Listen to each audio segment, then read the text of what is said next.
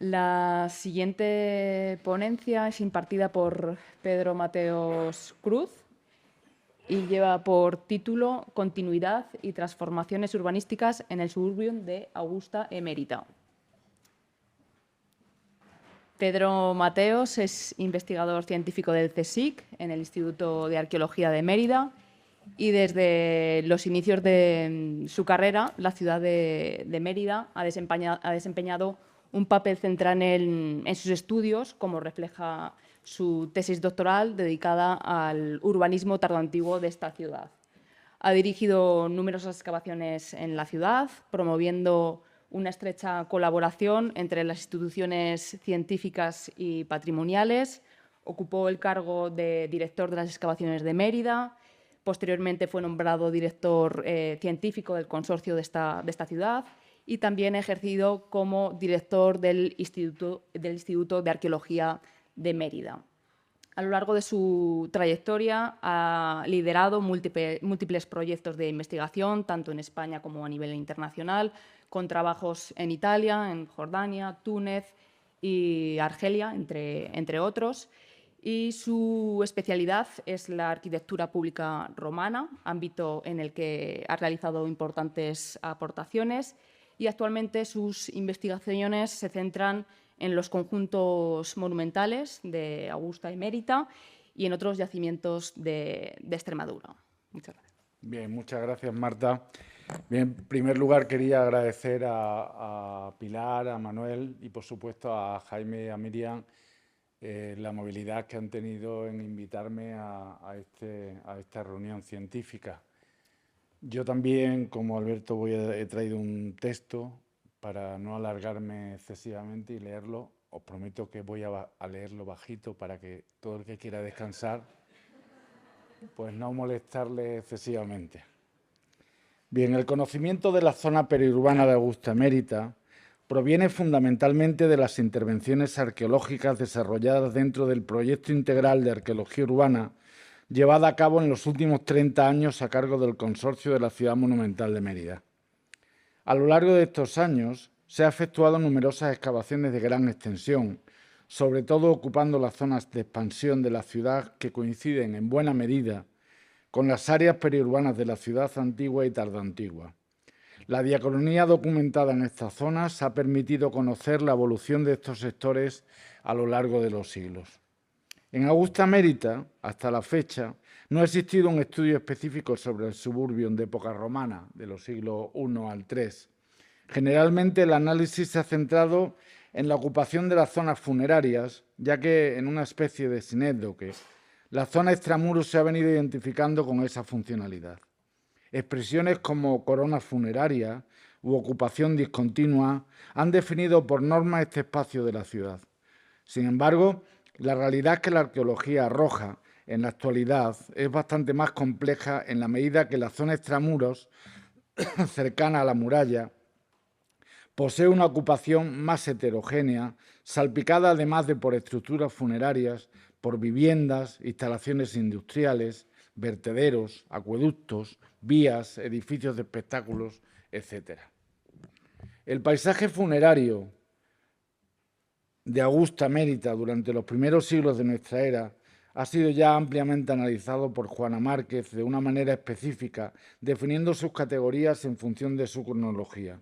En general, la gran mayoría de los enterramientos se asocian a vías de comunicación, ya sean vías principales, de segundo orden o caminos vecinales, conformándose un entramado de edificios, recintos y sepulturas que se situaban en torno a la ciudad invadiendo los 4 puntos cardinales de la zona periurbana.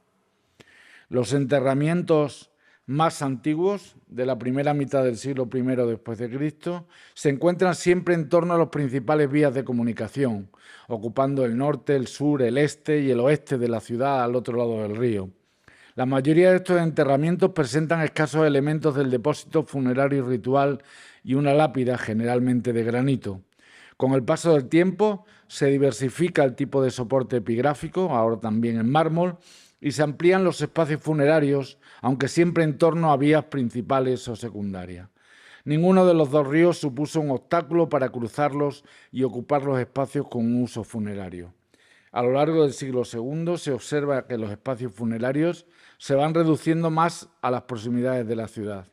En los enterramientos el ajuar es más abundante. Cada vez es más frecuente el uso del mármol como soporte de la lápida, mientras que el granito reduce su uso a la construcción de los edificios y recintos funerarios. En cuanto al siglo III, no existen grandes cambios con respecto a la centuria anterior. A mediados de siglo se reduce el número de incineraciones y la aparición de depósitos en el interior permiten definir perfectamente su cronología y su carácter pagano. También se vislumbra que ocupan nuevas áreas de la ciudad que no habían tenido un uso funerario anterior. Predomina el rito de la inhumación, pero a finales del siglo III aún se han documentado incineraciones. Progresivamente va disminuyendo el número de objetos en los depósitos funerarios y los marcadores de las tumbas son todas de mármol.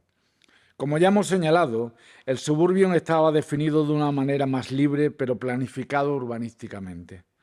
Una de las claves de esta organización era la relación de las estructuras periurbanas con las vías que conformaban un entramado.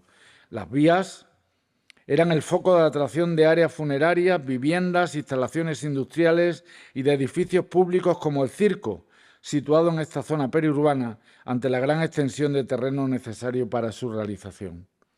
Esta construcción estaba situada en la zona oriental de la ciudad, junto a la vía que unía Augusta Mérida con Caesar Augusta, en un espacio ocupado por enterramientos y edificios funerarios.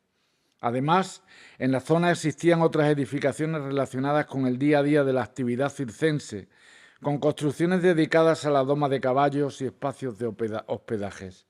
En un momento vinculado al nacimiento del área funeraria, se realizó un edificio de servicios vinculado con este complejo circense, formado por diversas estancias yuxtapuestas, abiertas a un pasillo longitudinal, lo que lo relaciona con un edificio para albergar los animales que actuarían en el circo.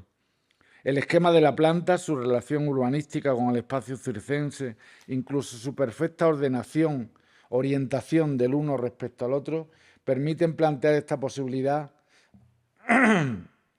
Cercanas al río se construyeron todo tipo de estructuras como termas, viviendas, acueductos.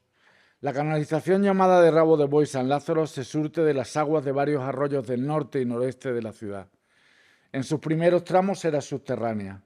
Para salvar la depresión del río Albarregas, se levantó una potente arquería de la que apenas se conservan 3 pilares y sus arcos intermedios.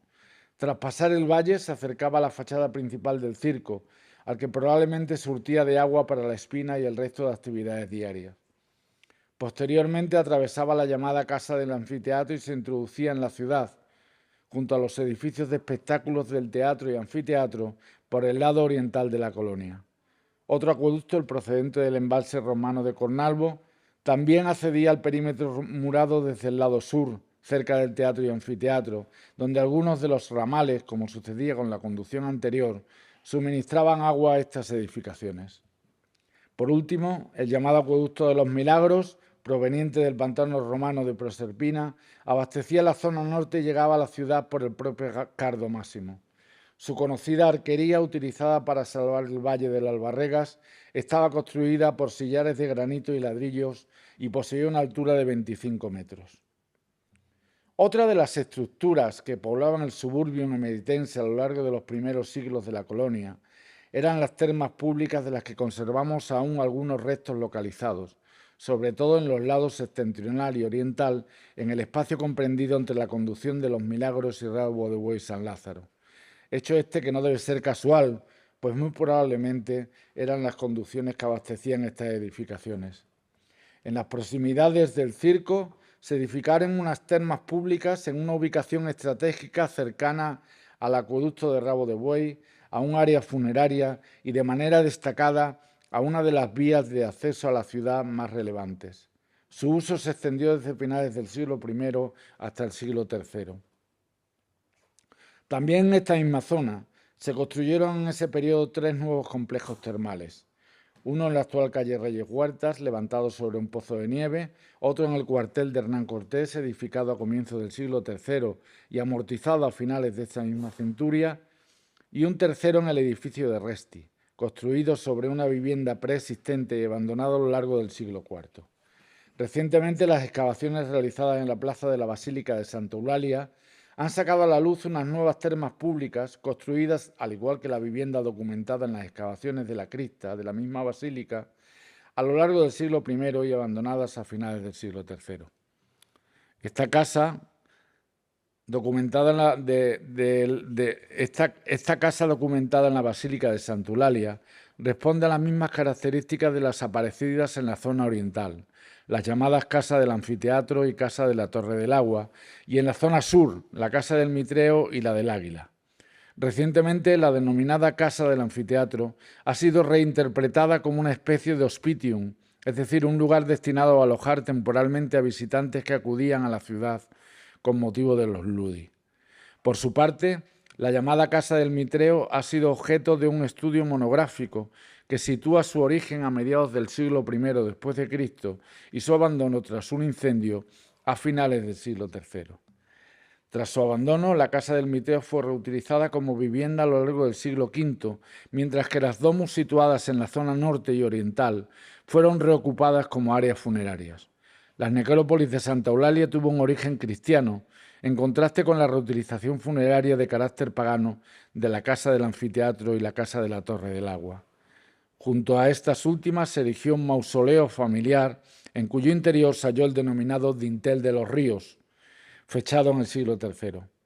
Por último, en esta panorámica del suburbio ameritense en los primeros años de la colonia, debemos señalar la existencia de algunos vertederos de grandes dimensiones ligados a extensas áreas funerarias. Este tipo de ocupación ha sido documentado en el área funeraria de los Columbarios, en la del Cuartel y en la zona de los Blanes, donde un vertedero de época romana amortizó a esta área funeraria, excepcionalmente conservada debido a su temprano abandono.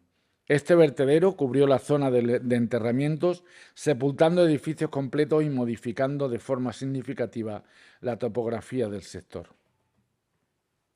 En cuanto al suburbio de Augusta Emérita durante los siglos IV al VI, en la zona del antiguo cuartel de artillería de Hernán Cortés, donde en época romana la zona estaba ocupada por un área funeraria y unas termas construidas en el siglo III, a lo largo del siglo IV se produjo el abandono de ambas. Durante el siglo V se construye una domus de grandes dimensiones. La vivienda continúa la tradición de casas de época romana en torno a un atrio central con habitaciones a los lados. Poseía un baño privado con frigidarium y caldarium, al que se le añade un alveo semicircular. Este tipo de residencias no son muy comunes en este momento en Augusta Emérita, aunque son bien conocidas en ciudades como Hispalis, donde han sido documentadas varias de ellas en las excavaciones de la Plaza de la Encarnación. La amortización de esta casa del cuartel se produjo a mediados del siglo VI. Como veremos a continuación, la construcción de viviendas en el suburbio de la ciudad a lo largo del siglo V es bastante usual. Frente a la reutilización de las domus señoriales de época romana, que se produce en buena parte de la zona intramuros emeritense en ese momento, caracterizada por la conversión de estas estructuras en casas comunales articuladas alrededor de un patio de vecinos, estas nuevas casas que se dan en las zonas periurbanas y en los espacios públicos romanos ya amortizados, como los foros o el teatro, tenderán a ser de reducidas dimensiones y de pobre factura. La vivienda del cuartel es una rara avis, por lo que debemos pensar que por sus dimensiones, su localización y sus características arquitectónicas, podría tratarse de un edificio singular que acogiera a algún personaje ilustre. En la zona norte, en la calle Marquesa de Pinares, también se conservan los restos de una casa, en esta ocasión fechada a finales del siglo III y con un uso documentado hasta el siglo V, articulada de nuevo en torno a un patio porticado con un estanque central.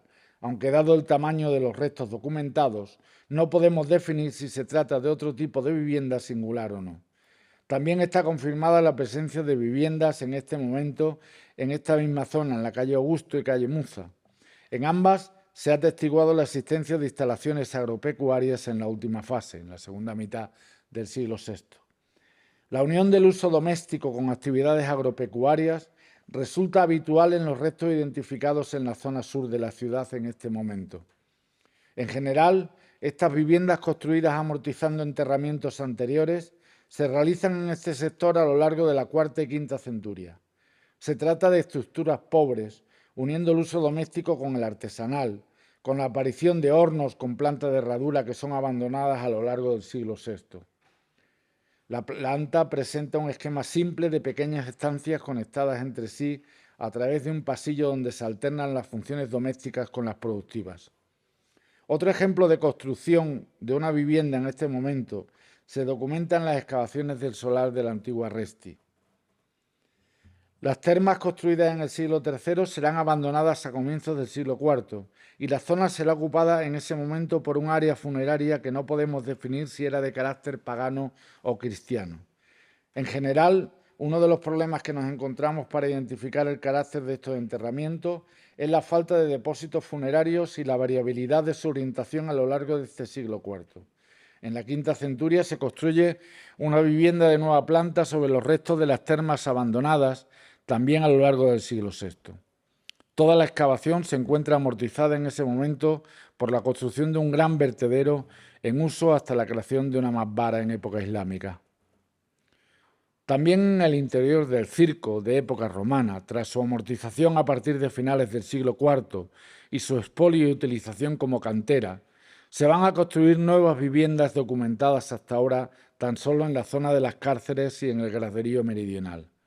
Se trata del mismo fenómeno de reutilización de espacios públicos abandonados en este periodo, como en el teatro, el anfiteatro, el foro de la colonia y el foro provincial, y ocupados por viviendas de pobre factura de una sola planta, que reaprovecha los restos de estas edificaciones romanas para ahorro de materiales y de tiempo en su realización.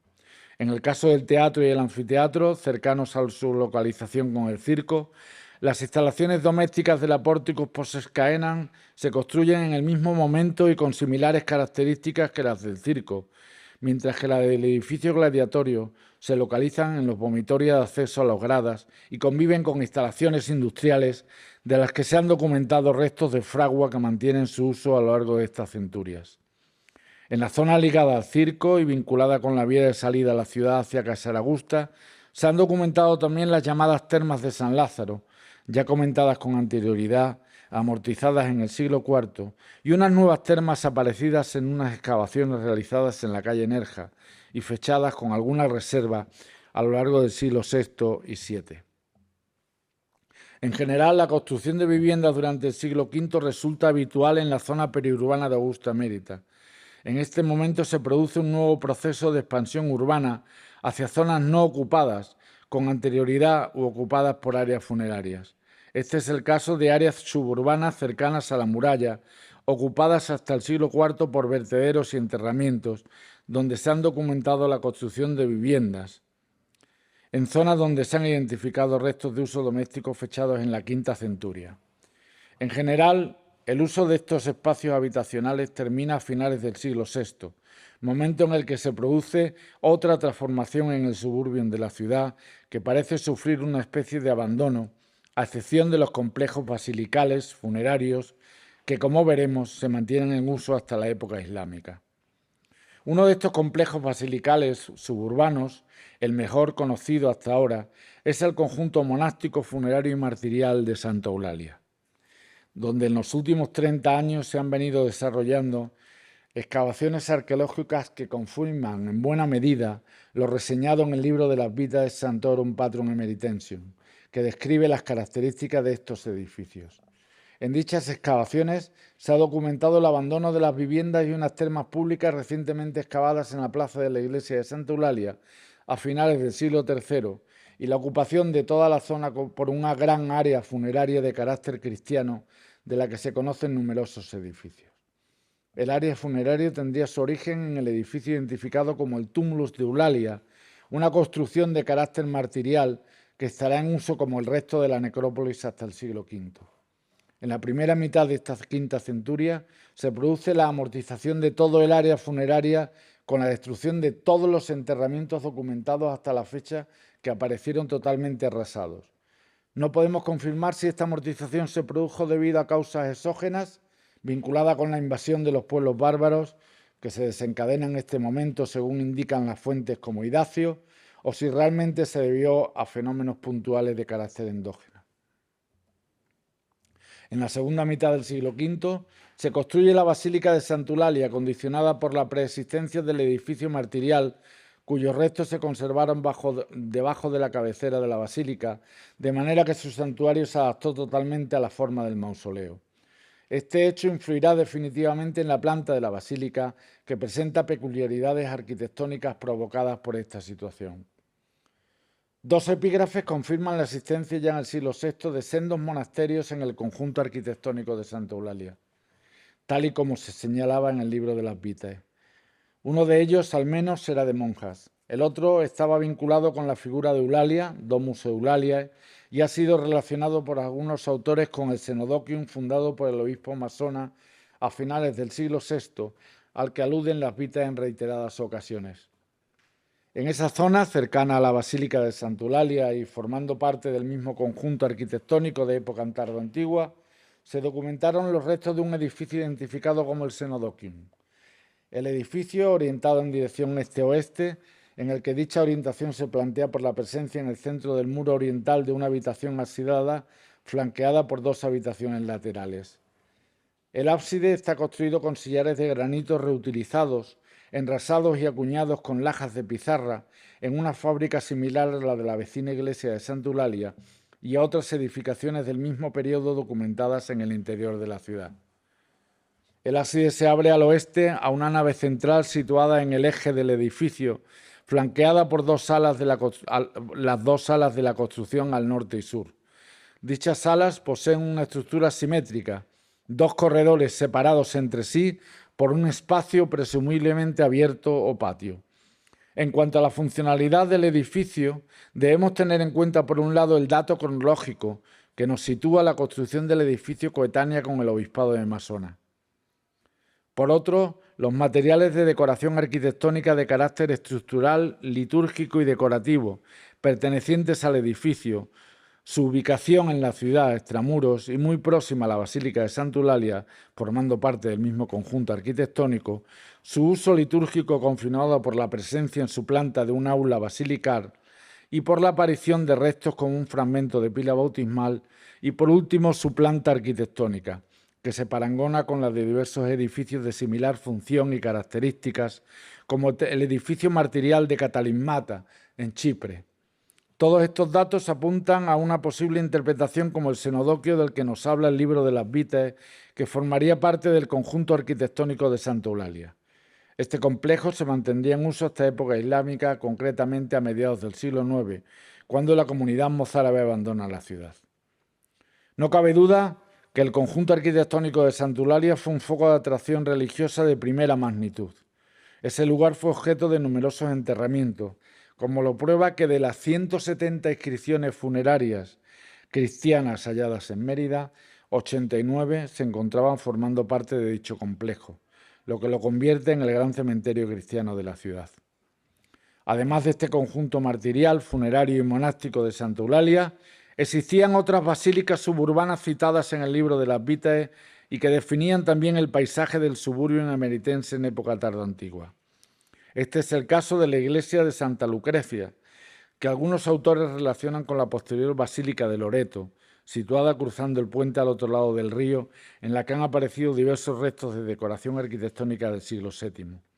San Fausto estaba localizada, según las Vitae, a 1 milla de distancia, también al otro lado del río, en la zona occidental. En la zona opuesta de la ciudad, según el plano de Laborde, estaba la iglesia de Santa Lucía. El autor la localiza en una ermita cercana a Santa Eulalia, que en época moderna estaba dedicada a San Fabián y San Sebastián, cercana al río Albarregas. También el libro nos habla de las iglesias de San Lorenzo y San Cipriano. Aunque no podemos situarlas, seguramente estarían fuera de la ciudad, al ser martiriales. Todas estas iglesias estarían relacionadas con un área funeraria cristiana que crecería en torno a la basílica. Esta vinculación de enterramientos cristianos con edificios de culto es una tónica general en estos momentos, siglo V, VI, en que no existen otro tipo de áreas funerarias en la zona periurbana. En épocas anteriores, las áreas cristianas nacían en relación con el enterramiento de un mártir o de un edificio de carácter martirial, ya sea un martirium o una memoria, se albergaba sus reliquias. En otras zonas de la ciudad se han documentado enterramientos de carácter cristiano fechados entre el siglo V y el VII, como en el caso de los hallados en el Colegio Giner de los Ríos, en la zona oriental, junto al teatro y anfiteatro romanos, por lo que pensamos que debió existir un edificio de culto en las cercanías. Existen otras zonas periurbanas que poseen una ocupación bastante más heterogénea. Por ejemplo, en el llamado Corralón de los Blanes se ha documentado un uso ininterrumpido desde la fundación de la colonia hasta época islámica. Se trata de una excavación localizada en la zona norte de la ciudad, junto a las murallas, ocupando 5.000 metros cuadrados de espacio suburbano, cuyas estructuras han llegado hasta nosotros en buen estado de conservación. Los primeros restos documentados se vinculan con una vía de acceso a la ciudad en ese lado, jalonada por varios mausoleos colectivos imponentes en perfecto estado de conservación. Estos edificios y la propia vía se verán amortizados y cubiertos totalmente en pleno siglo I después de Cristo, en una clara voluntad de transformar topográficamente estos espacios suburbanos. El espacio resultante, una vez ocultos los primeros mausoleos, es una franja de tierra en la que se vuelven a producir nuevos enterramientos, tumbas con mensas funerarias, cipos y cúpaes sobre podios de sillares que manifiestan su interés por la tradición africana. A lo largo de los siglos II y III se produce esa transformación topográfica. El enorme vertedero alterará definitivamente la imagen de este espacio y eliminará toda muestra de actividad funeraria hasta la tercera centuria. A mitad del siglo IV, la topografía de esta zona se ve nuevamente transformada con la creación de dos terrazas sobre el que resurge el antiguo camino de salida de la ciudad con nuevas construcciones a sus lados. Una de ellas es un edificio singular, con una planta arquitectónica muy característica, con un programa pictórico excepcional. El edificio ha sido interpretado como un taurobolium, un santuario de culto oriental en uso a lo largo del siglo IV. Junto a él se construyeron también una instalación industrial, probablemente una panadería, y diversas estructuras domésticas de pobre factura. A lo largo de la primera mitad del siglo V se ha documentado también aquí, como en el resto de la ciudad, la destrucción masiva de estructuras en uso en ese momento. Paralelamente, en los espacios públicos de la colonia previamente amortizados y expoliados, se empiezan a construir nuevas edificaciones a partir de mediados de esta centuria, de diferentes signos. Una de estas construcciones es un edificio de carácter público y civil situado en el antiguo foro de la colonia, que se ha interpretado como un posible edificio de representación de la monarquía sueva, que en ese momento instaura su sede capitalina en Augusta Mérida. En el Corralón de los Blanes aparecen ligados a este momento una serie de enterramientos excepcionales, no tanto por su ritual funerario, sino por los objetos e indumentaria que portaban los cuerpos, que eran propios del vestido de las jóvenes aristócratas, todas ellas femeninas, de los pueblos del Mar Negro, bajo danubianos o germano-orientales.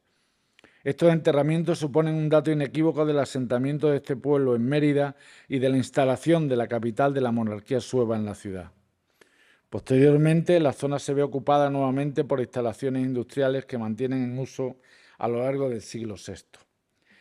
Bien, para concluir las consideraciones finales, uno de los indicios más reveladores del conocimiento arqueológico sobre el suburbio emeritense es la ocupación heterogénea que caracteriza a la zona periurbana. En ella, por ejemplo, los usos funerarios coexisten temporalmente con funciones residenciales, mientras que las áreas dominadas por edificios de culto, estos conviven con espacios de carácter funcional como almacenes y talleres. En los lugares donde se constata un abandono, a menudo se conforman grandes vertederos, como los documentados en Blanes, Resti, el cuartel en Hernán Cortés, etcétera, que modifican significativamente la topografía y proceden a posteriores transformaciones urbanísticas.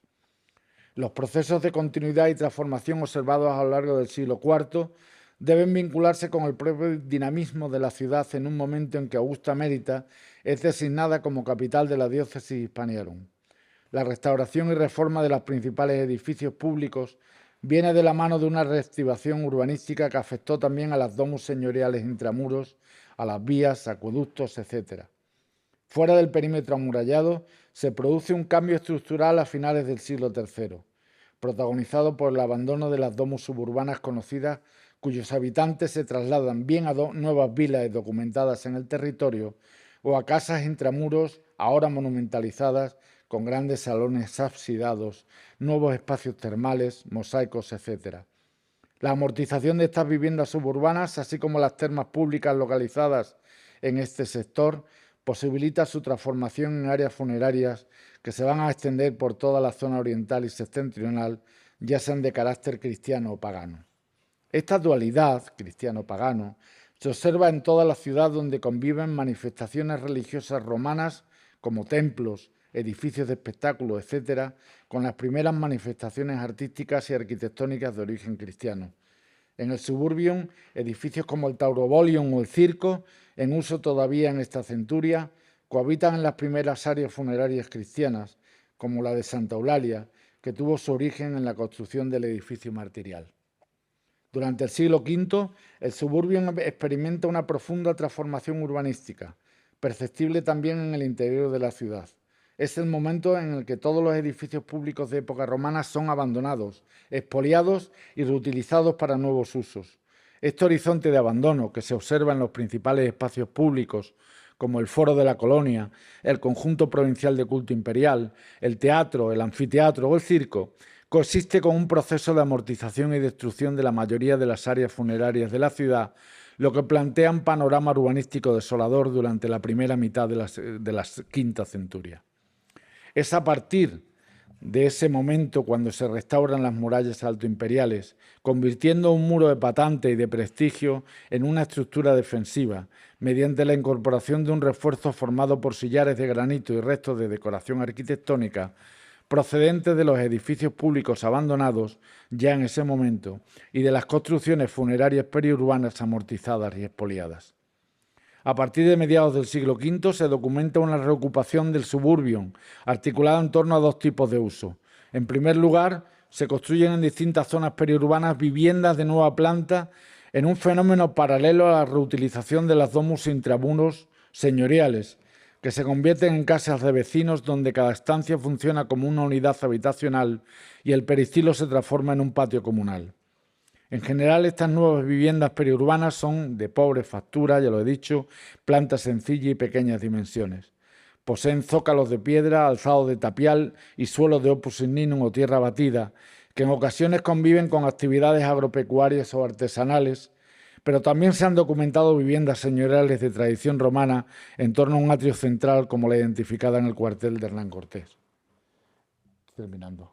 En segundo lugar, el suburbio acoge nuevos edificios de culto cristiano, mientras que en la zona de intramuros se construye el conjunto episcopal, formado por la catedral, el baptisterio, el palacio episcopal y el atrium, y nuevas iglesias parroquiales. En el extrarradio se empiezan a edificar nuevas basílicas martiriales con enterramientos a sanctum, generalmente asociadas a áreas funerarias de nueva creación.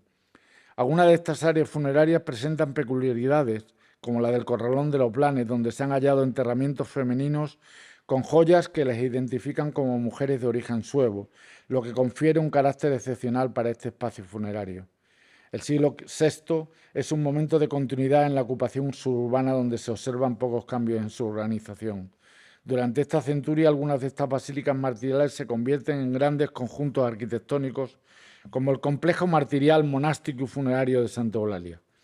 Las fuentes escritas, junto con los datos arqueológicos y epigráficos, permiten reconstruir la configuración de este conjunto compuesto por la basílica, dos monasterios, almacenes, escuela y un albergue para peregrinos y hospital para enfermos pobres, el Senodokium, construido por el obispo masón a finales del siglo VI.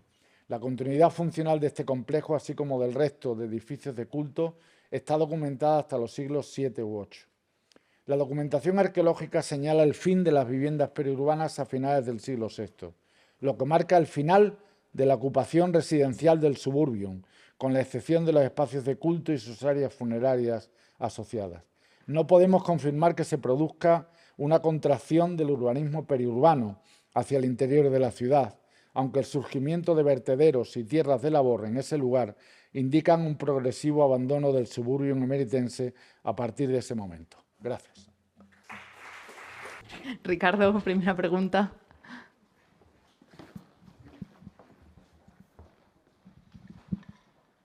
Era una pregunta para Rosario Cebrén. Es decir, yo tengo... Me gustaría saber si hay más datos, además del hecho de que haya la basílica, para decir que sea un centro de peregrinaje religioso. ¿Y qué se encuentra en esos espacios tan grandes que están acotados? Porque yo tengo algo alternativo. Si tenéis más datos, me lo callo, o no me lo callo, lo diré, pero si no, tengo alguna hipótesis. Así es. A ver, los datos que tenemos, es decir, os he presentado los recintos esos que se anexan a la iglesia. No los hemos excavado, es decir, nos los hemos encontrado así, y sí que efectivamente tenemos ahí unas salas que se van compartimentando y que, o sea, no sé, pensamos que en el siglo VI la única, o sea, solo podemos pensar que la iglesia martirial coge fuerza, ¿no? Y que al final se acaba convirtiendo eso, en un sitio en el que llegan peregrinos, ¿no? Y se crean una serie de ambientes para atenderlos. Es que si no, no entendemos el siguiente paso de que la iglesia se convierta en una basílica funeraria. O sea, es que los obispos quieren enterrarse ahí. Entonces, me explico entonces. En los pasos alpinos, el gran San Bernard, el pequeño San Bernard, por el otro lado, por Suiza, existe, y el mejor documentado, muy bien documentado por Biblé, que era el arqueólogo municipal hasta que se ha jubilado de Martigny, en Suiza.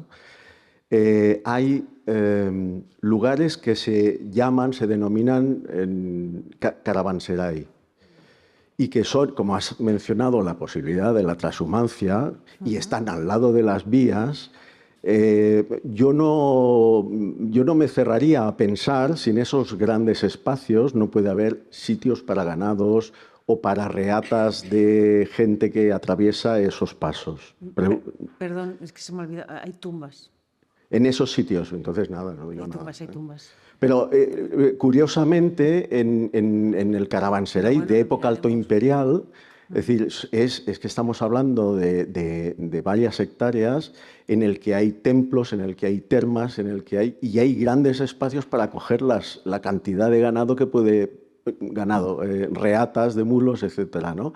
Y hay templos porque, claro, los que llegan hacen ofrendas, se reposan, se lavan, se asean, ¿no? Nada, simplemente era eso, porque me ha llamado la atención que en un paso de donde has mencionado transhumancia, con espacios grandes, podría ser, no lo sé. Bueno. No, sí, bueno, es una opción, pero ya no creo.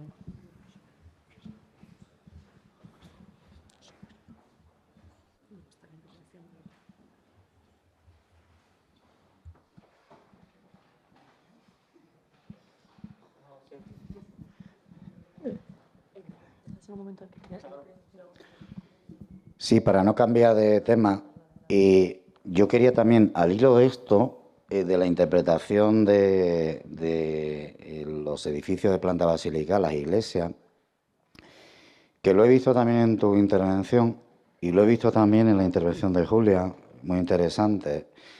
Yo creo que aquí tenemos también un pequeño lastre historiográfico, en el sentido de que quien estudia todas estas cosas no son los que estudian la arqueología de la producción.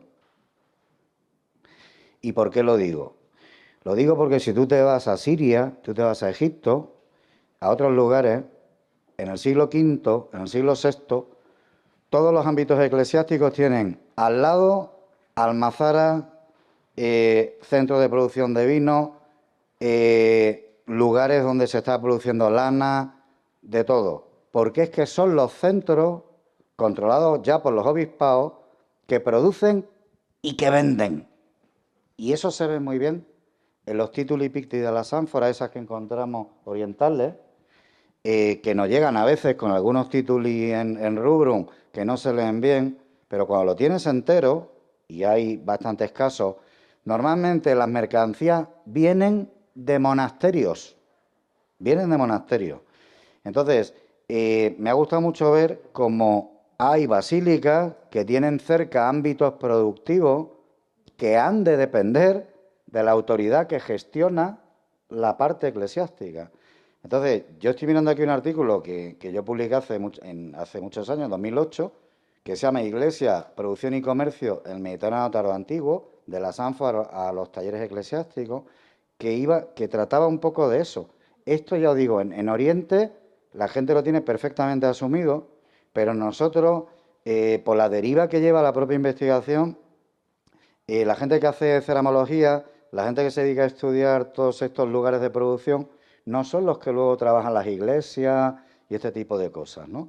Y hay que intentar interconectar todo ello porque es que depende de los mismos, depende de los obispados. Yo le comentaba antes a Pilar que probablemente habréis visto un caso, que es un caso que está publicado, pero está en fase de metabolización, por llamarlo de alguna manera, que es el Pecio de Ses Fontanelles en Palma de Mallorca, que es un barco del siglo, fechado el hundimiento a mediados del siglo IV, que es muy pronto, que ese es el problema que tiene, muy pronto, que ya está aceptado el cristianismo, pero no es la religión del imperio todavía, que tiene todo su cargamento de aceite probablemente para uso sacro, porque en los títulos pone oleum dulce, pues los tapones de los opérculas están sellados por unas soquietas, están los nombres de las personas, pero tienen el crismón. Tienen el crismón. Entonces, ¿quién está detrás de esa empresa comercial? ¿Y por qué ponen el crismón en un barco que sale de Cartagena a mediados del siglo IV? Si fuera 375, si fuera 390, pues no pasaría nada, está clarísimo. Pero es antes del edicto de Tesalónica, ¿no? Entonces, estamos en un momento en el cual quien controla todo lo que se produce y quien lo distribuye son las autoridades eclesiásticas. Lo que pasa es que como tenemos muy poca epigrafía y muy poca documentación, pues no somos capaces de interconectar estas cosas, ¿no? Entonces, yo creo que este es un tema muy interesante. Yo lo que veía en esas salas, que a lo mejor tienen la interpretación que decía Ricardo, en todas esas salas ahí en Segóbriga y en otros sitios, son almacenes, ámbitos de producción y almacenes de mercancía, porque son los obispados los que están controlando la producción y la venta de cosas. Otra cosa es que se pueda demostrar a título particular en el yacimiento que tú estás excavando. Como añadido a lo que acaba de comentar Darío, el último número de la revista Rómula está dedicado específicamente a las actividades económicas vinculadas con las autoridades eclesiásticas y es un trabajo en el que se hace hincapié precisamente en esa parte, en esa carencia, bueno, que poco a poco se va cubriendo con la investigación, ¿no? Hay ejemplos estoy recordando Padua, en uno de las salas vinculadas a uno al atrio cercano al baptisterio, que está plagada de ánforas. Y nosotros, por ejemplo, en el caso de Córdoba, sin tener información, pero a partir de este ambiente general, vinculamos con el complejo episcopal las estructuras por su entidad y por su vinculación con la zona portuaria, con la zona del puerto y de salida de comercios de la ciudad a través del Guadalquivir, las vinculamos con el centro episcopal, con el complejo episcopal. Una zona en la que previamente había una actividad de producción de aceite. Pero el problema está en que, lo has comentado tú, ¿no? Vinculamos con las autoridades religiosas aquellos elementos que tienen características litúrgicas y desvinculamos de las funciones de los obispos aquellas que pueden tener un carácter productivo que siempre disociamos del papel de los obispos. Pero yo también insistiría o matizaría, como todo, estas cuestiones sin descartar el componente religioso, el componente martirial, el componente ideológico que tienen estos espacios, ¿no? Lo que resulta complicado desde mi punto de vista es poder compaginar esas dos esferas que se complementan, que una sustenta a la otra y se retroalimentan entre ellas, pero que no las tratamos si no tienen elementos litúrgicos, ¿no? Y esos elementos de decoración con cruces, motivos religiosos, etcétera, aparecen en edificios de carácter civil, la de Nadal, por ejemplo, que jamás asociaríamos con un edificio religioso, ¿no? Entonces, me interesa mucho esa reflexión, se está trabajando en esa línea. Y a mí me viene bien estas cuestiones que tú estás planteando porque nosotros intentamos incorporar zonas a un complejo episcopal que de otra manera no, que por la existencia o no de elementos litúrgicos no podríamos vincularla. Y creemos que en el espacio, en este caso el espacio intramuros, las extensiones de estos complejos episcopales serían muy superiores a las que pensamos precisamente porque acogerían actividades de almacenamiento, distribución y en algunos casos producción, ¿no? O sea, el planteamiento sería algo así como un monasterio.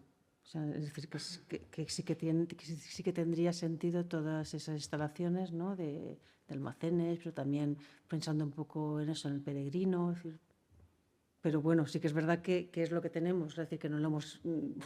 Estamos empezando a excavarlo. ¿Quería hacer una pregunta sobre esto?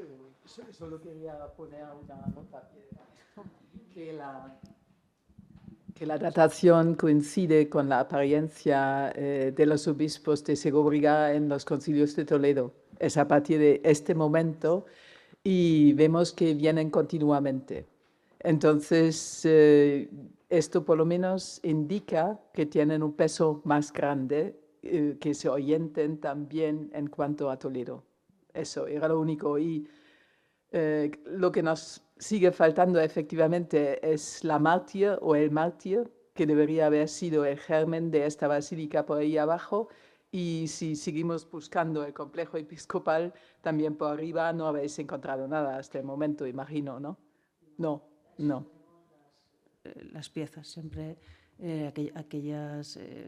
los canceles que se estudiaron, que se recogieron en el siglo XIX y las piezas que nosotros encontramos en también una campaña, pero nada más, no hay nada más. Pero descartáis que sea el complejo episcopal lo que tenéis fuera, que tenga función. Sí, eso está relacionado con un martirio. Y luego no se debe descartar que hay una basílica al lado de otra.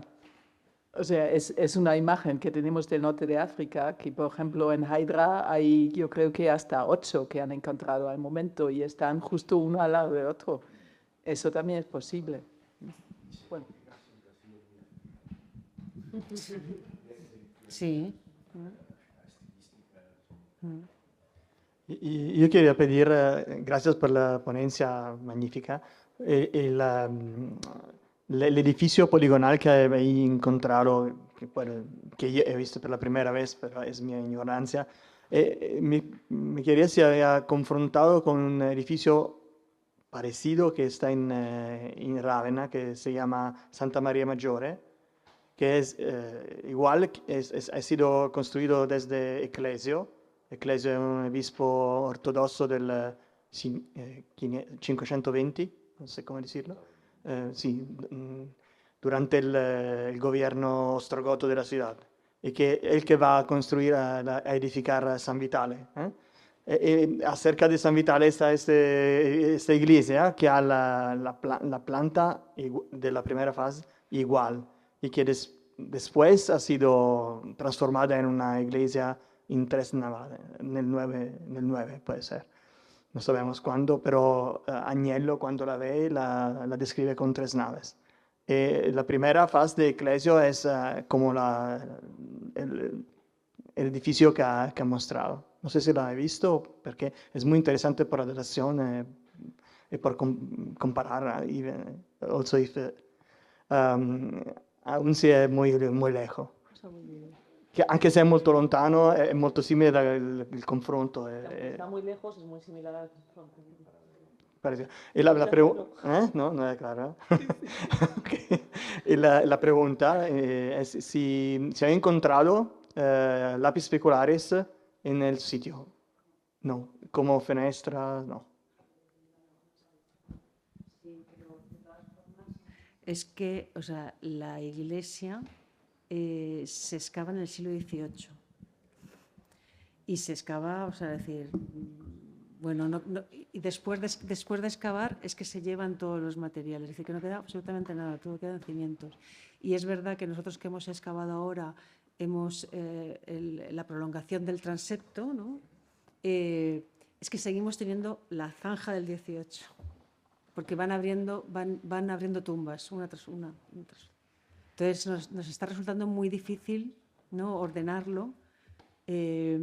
Y la idea el batisterio, que también aparece en la imagen, nosotros no lo hemos rescavado. Eso es una idea, una noticia que Almagro Bas lo excava y dice que es de forma octogonal, que coincide con el octógono del ábside de la iglesia y la función que le da la de batisterio. Entonces, claro, cuando lo pones eso en planta, pues la verdad es que ahí tienes un complejo bestial.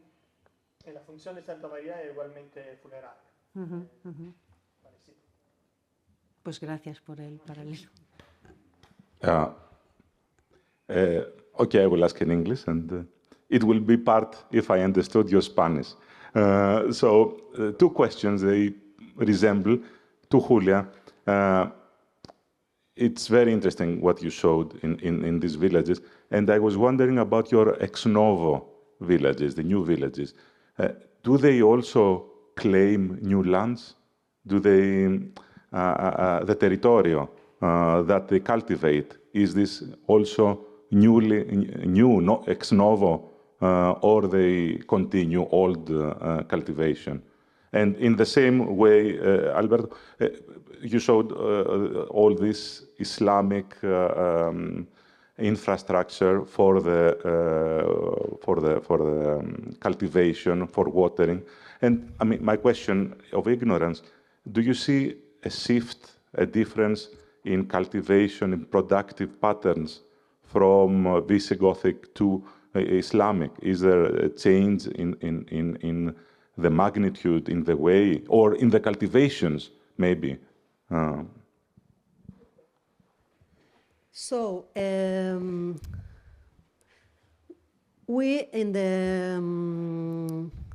the surface survey offsite to these new villages, we found materials Roman materials until a little bit, because they are not very concentrated materials, as I say. That is not densified to talk about the intensive cultivated areas, but some of the pieces that we found in these lands finished around the 5th century until maybe the end of the 6th and the beginning of the 7th century. So it's an hiatus, maybe, to these cultivated areas, but I think the agrosystems, the geomorphology of the parcels are still visible and are the more productive areas in these sectors, because it's a very dry territory, very linked to the transhumance and so on. So they are creating these new villages near to the ancient productive areas from the Roman villas abandoned 1 century before or something like that. And the other cases are new totally, without agrosystems before, because they are producing other things like claim and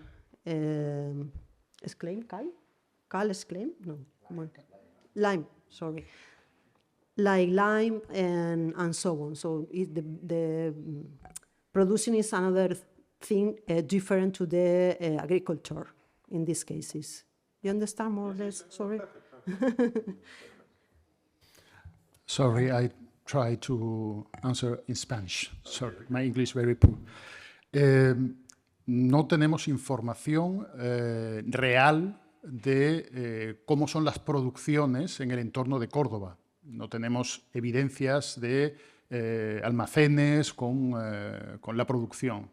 Pero lo que sí es una tradición en la investigación es que la incorporación del mundo islámico supone el desarrollo del cultivo por irrigación. el uso de la irrigación para una producción intensiva, fundamentalmente de productos de huerta y de frutales, que se consumen inmediatamente en la ciudad. Es decir, se traslada al mercado y se consume inmediatamente. No es un proceso o al menos generalizado y en el entorno de la ciudad, de producciones de cereal, de producciones de secano.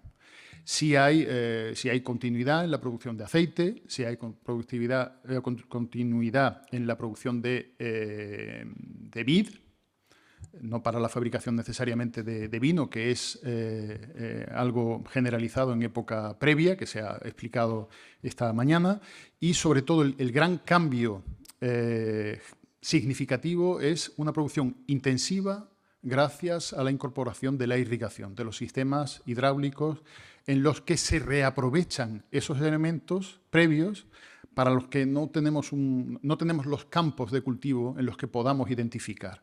Hay algún caso de alguna almunia, la de Turruñuelos, interpretada como la almunia de Aldurri, está al oeste de Medina Zahara, donde sí se han hecho estudios de las diferentes terrazas de cultivo destinadas prioritariamente a árboles frutales. Y insisto, sobre todo es un cambio de dinámica de una producción mayoritariamente, digamos, o tradicionalmente considerada cerealista, a una producción en el entorno inmediato destinada a la producción de huerta, de productos de huerta que abastecen casi diariamente los mercados locales. Con lo cual no hay grandes almacenes de esa producción, o al menos no los identificamos en esos edificios islámicos. ¿Okay?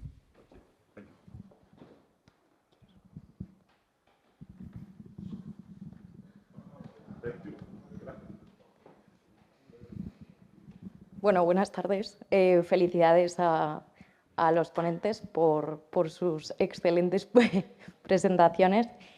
Yo quería hacerle una pregunta a la doctora Julia Sarabia relativa a lo que ha preguntado precisamente Nico sobre pues, ese parcelario o esas zonas de producción. Y es que en esa primera búsqueda, en esa primera aproximación, ¿qué criterios aplicáis para conocer o para identificar de forma aproximada, entiendo, en un principio al menos, esas potenciales zonas productivas, haciendo referencia a lo que habías comentado de pues, que os basaréis en cartografía también antigua, entiendo? Bueno, sobre todo es por lógica aplastante. Claro.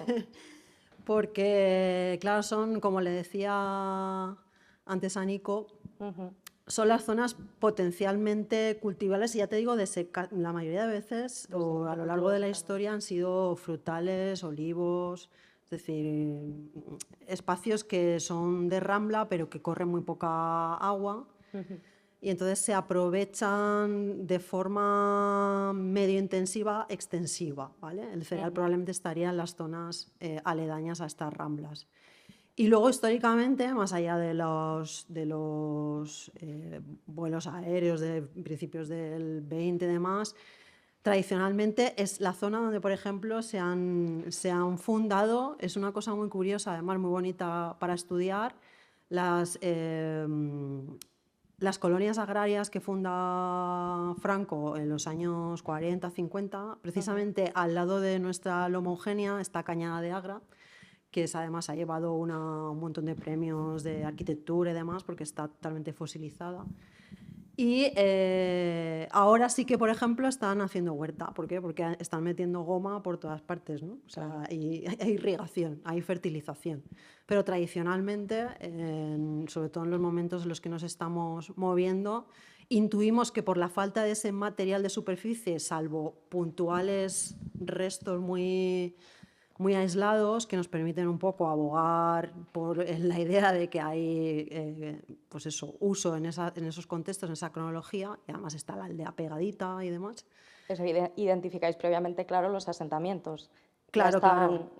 O sea, en las prospecciones hacemos... la estrategia OSAI significa que no solo nos quedamos en el asentamiento, sino nos movemos en todo el entorno. Si hubieran aparecido densidades de materiales o concentraciones de materiales en el entorno del asentamiento, pero con cantidades más discretas, menos densas que en el hábitat, podríamos estar hablando de espacios intensivos con fertilización. Se utiliza la basura doméstica de los corrales, de las casas. Vale. Eso está muy estudiado últimamente.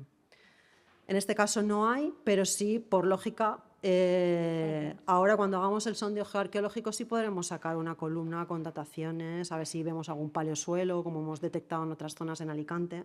En la montaña de Alicante hemos detectado paleosuelos de diferentes épocas. Aquí nuestra intención es hacer eso. De momento, con el registro de superficie, pensamos que esos espacios agrarios estarían explotados, porque es lógico. ¿Vale? De forma extensiva, porque no hay mucho material. Y aparte hay un molino harinero en la aldea, en fin, el asentamiento está ahí y hay que ver, hay que seguir. Acabamos de empezar el proyecto ahí, en la aldea. Y luego, con respecto a esos nuevos asentamientos, ¿se podría decir que existe un patrón topográfico que cumplen, como lo que comentabas de se asientan en las lomas? Sí. Y esa serie de características, tanto de uso como de funcionalidad. Porque creo que podría ser útil también para quizás no establecer una delimitación clara, que como hemos visto durante estos 2 días es algo muy complicado, de establecer precisamente un limes de ese suburbio en relación con una ciudad, sino más basándonos en criterios topográficos de uso, funcionalidad, geográficos, también con relación precisamente a las características del propio asentamiento urbano. Sí, estas aldeas, al menos las detectadas, las ex novo, están todas, es que son clavadas, son todas pequeñas colinitas muy suaves, no tienen perímetros amurallados, es decir, si fueran suburbia como los entendemos, son barrios, pero pasa que están algo más alejados de lo que es la sede episcopal en este caso. Pero con mucha conectividad. Son vías secundarias, no es la vía principal, la que va de Cartago Nova a Complutum, pero son vías secundarias donde además prácticamente el primer sitio al que llegan es a ello, a la sede episcopal. Y yo creo que sería un modelo muy aplicable a lo que tenéis en Recópolis. Esta segunda parte, ¿no? Este segundo modelo. Es decir, una ciudad que no existe en época romana, se funda a finales del VI y a la vez surgen estos pequeños núcleos, que sabéis que hasta hace no tanto tiempo se decía que podía ser agencia campesina independiente y estas cosas, y claramente, efectivamente, no podemos negar que las sedes episcopales, el obispado, los poderes eclesiásticos son los que controlan al menos el procesado de la producción, y luego de ahí sale a donde tenga que ir. A la capital de Toledo para pagar el fisco o a comerciar a nivel regional o incluso interregional, eso lo tenemos claro. El problema era conectar estos pequeños núcleos ex novo con cronologías similares o idénticas a las de la sede, porque en el octavo se abandonan todas, cuando pues eso, el obispo pierde su función y entramos ya en otra época, ¿no? Y entonces en Recópolis estáis viendo, yo creo, eso. Por eso es interesante. Claro, es evidente, claro. Sí. Sí.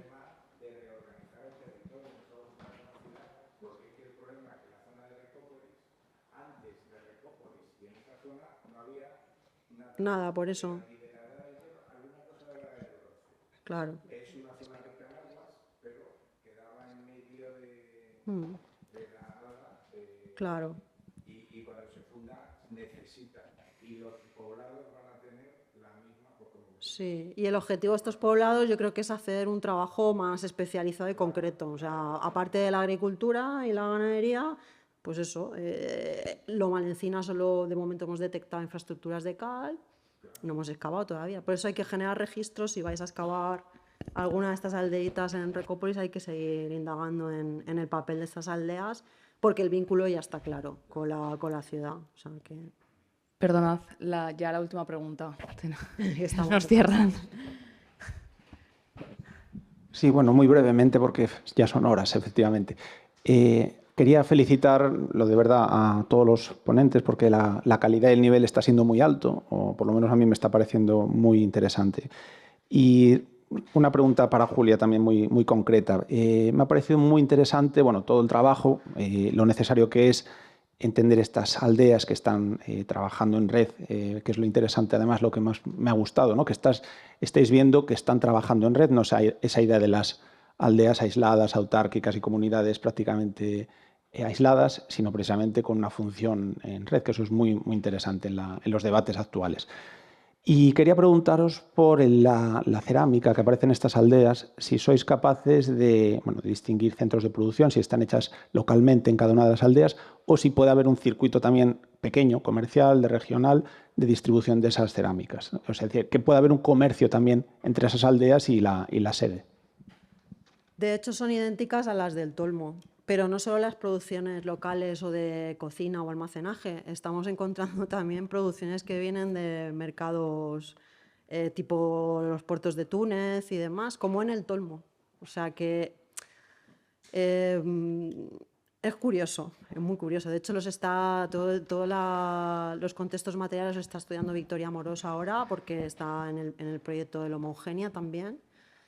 Y es que son idénticas. Y eso sería quizá otro indicador para ligar, ¿no?, la relación clara de estas comunidades, que además se pueden permitir el lujo de amortizar incluso herramientas valiosas que en otros contextos, como el Bovalar, están completamente encerradas en una especie de caja fuerte, ¿no? Bueno, podríamos luego pasar a otras cuestiones como el tema de las élites campesinas o, bueno, no sé, o las identidades campesinas, más allá de cómo se organizan en estos poblados, pero nos falta registro todavía. Estamos empezando a excavar, que como todos sabéis no es fácil. Y bueno, pues esperemos matizar todas estas cuestiones, ¿no?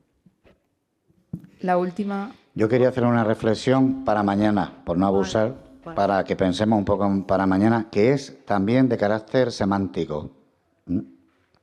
Lo digo porque esta tarde y también ayer, cuando pasamos la frontera psicológica del siglo VIII, también aparecen palabras que no utilizamos habitualmente en contexto tardorromano, como por ejemplo campesino.